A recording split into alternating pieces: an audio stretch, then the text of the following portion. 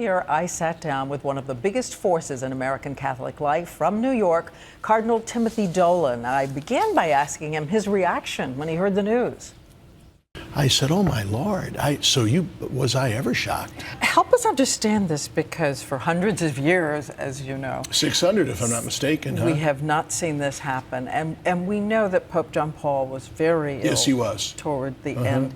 So why this unprecedented in modern times? We've known it's always been a possibility. They always would ask about that, especially like you mentioned in the days of Blessed John Paul II. Was it a probability? No. But now the ice might be broken. In the future, it might become not as startling. What happens when you have a former pope? I'm wondering myself. I'm wondering. We haven't been through this in 600 years. So I think he's going to, let me get to my books.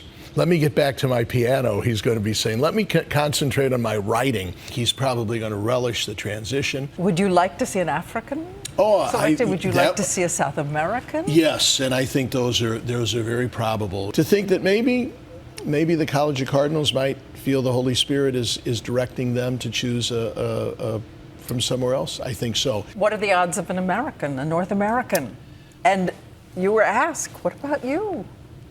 Is this ABC Evening News or Comedy Central? What is it? You are. What would you like to see this next pope be and do in order to be as inclusive as possible of the American church and the American views on these social issues? There has to be fundamental change. The church is in the business of fundamental change interiorly. So when we speak about change in the church, yeah, there can be a change in style.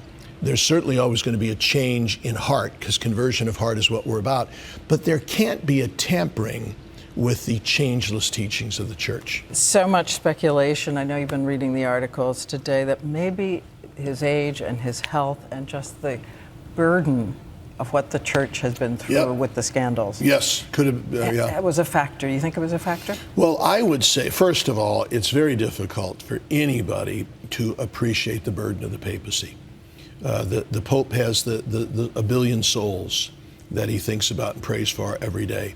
So the demands of the papacy are very, very heavy. The specific horrible issue that you mentioned, I think, would have added to that sense of burden. Keep remembering when he gave you the thumbs up. Thanks. My mom remembers when he said that she looked too young to have a son, a cardinal. And she said, Holy Father, you are infallible. So did you see this yet? Have you Let's seen these pictures today? No, what's this about? Wow.